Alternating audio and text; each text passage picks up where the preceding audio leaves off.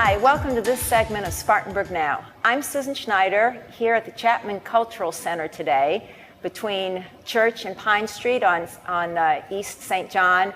And we have a very exciting event coming up on November 8th, Saturday, November 8th. That's going to take place here at the Chapman Cultural Center. It's for youth throughout Spartanburg County, and it's a block party that's going to include all kinds of activities like face painting and candle dipping and sculpture contests. But here to tell you most about it, because they know the details, Benjamin Wright, who is the Public Affairs Manager with the Spartanburg Terrace Tenants Association. Al Jeter is with District 7, and he's the Director of Accountability and Research and Testing. And I want to introduce the fourth member of the group today, Laura Pinkley. Laura is the Executive Director of Colors. She'll explain to you what that program is, and she's also the Executive Director of the Artists Guild of Spartanburg. I'm going to turn it over to Benjamin first because he's going to tell you about how the idea for the block party began and a little bit about the activities, and then we'll have Laura and Al fill us in. So Ben, tell us how this all started. Well, thank you, Susan. This started about a year ago with the Grassroots Leadership Development Institute.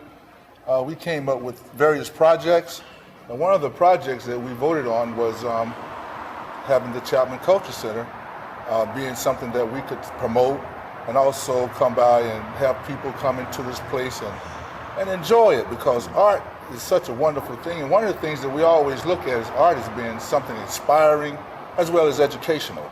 And so with this block party, we came up with this idea in which we want to have the community come out and support this great center. And one of the things that we came up with, all the 9 entities will have something to do that highlights some of the things that they're doing, like Spartanburg Ballet, for instance. And then we have other entities, Colors. And these are all the different groups that are here at the Chapman Cultural Center. That's exactly right. And it's 9 of them, and everyone would do something very special in which they would have all the residents and all the community people to know that, hey, we can come out and enjoy such wonderful activities, and even better than that, come out and participate in some of the plays and see what's going on in the community. And we want to saturate this community with this information so that they can come out and support all the wonderful things that's happening here at the Chapman Cultural Center.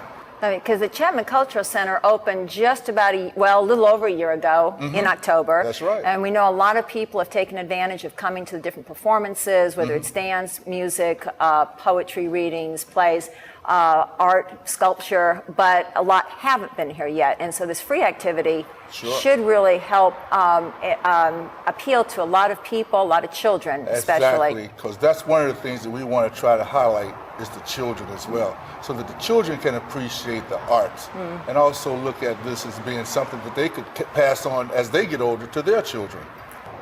Laura, start with a little bit of background with Colors. It's a fascinating concept. I know you went to New York and did a little research on it. So tell us about the concept and how you brought it here and how that's part of the block party on November 8th. Okay. In 1992, I read about a program called Harlem Horizon Art Studio, and I went up there to Harlem for 3 weeks and did an internship, learned about that program, and came back in 1993. I started it here, so 15 years ago. And the concept is it's a free art studio with all professional materials and professional supplies for low-income youth.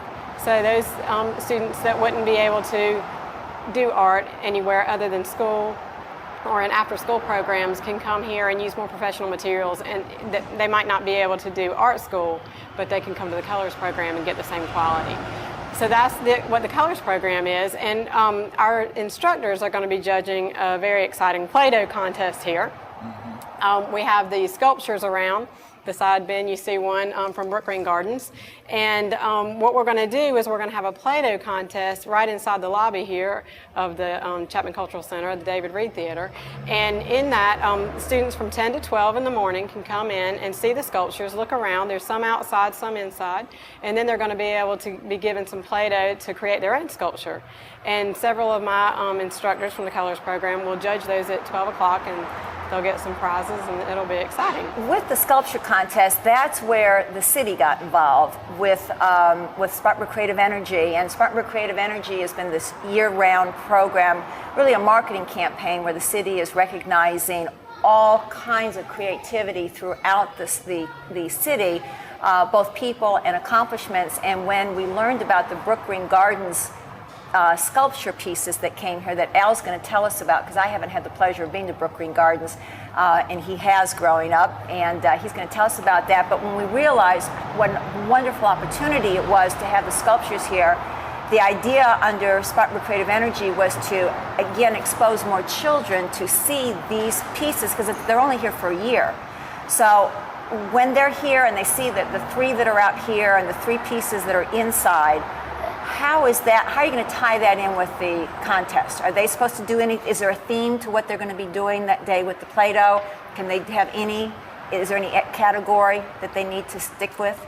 They don't have to stick to a category. A lot of the sculptures are based around animals, so I'm expecting to see a lot of animal sculptures with the kids, but they don't have to do that. They're not limited to that.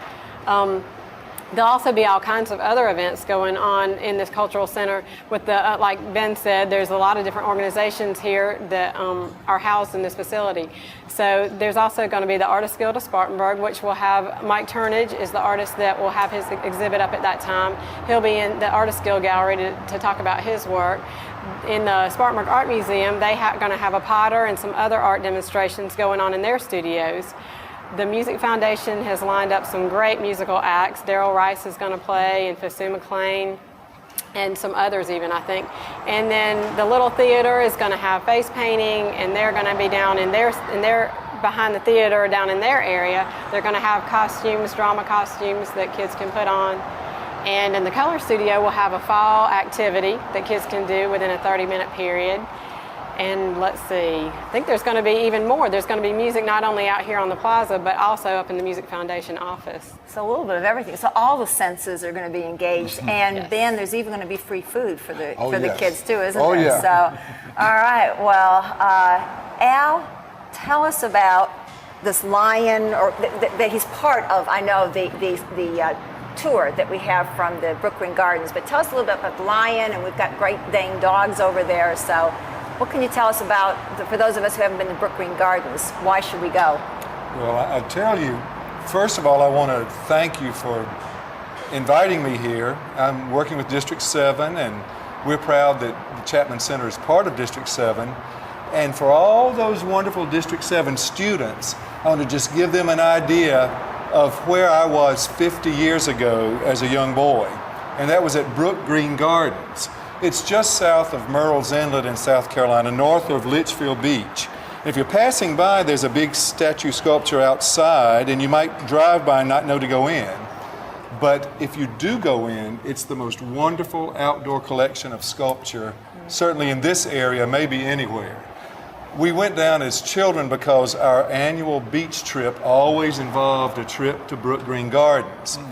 And some of us who always love the arts anyway, I'd say, Mama, you've got to take us to Brook Green Gardens. The neat thing is that a lot of kids in Spartanburg County may not have been there or may not have a chance to go, but now a little piece of Brook Green Gardens has come here to Spartanburg, and I think that's terrific. I remember really age 5 on up going there every year, enjoying the sculpture, walking through. They had an outdoor zoo. It's still open now for any students who can get down there.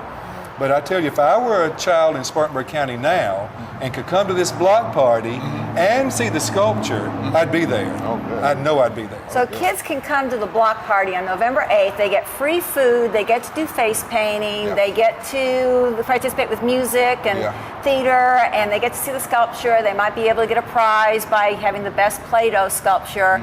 Is there a reason why kids shouldn't come? Is there anything we're not telling them?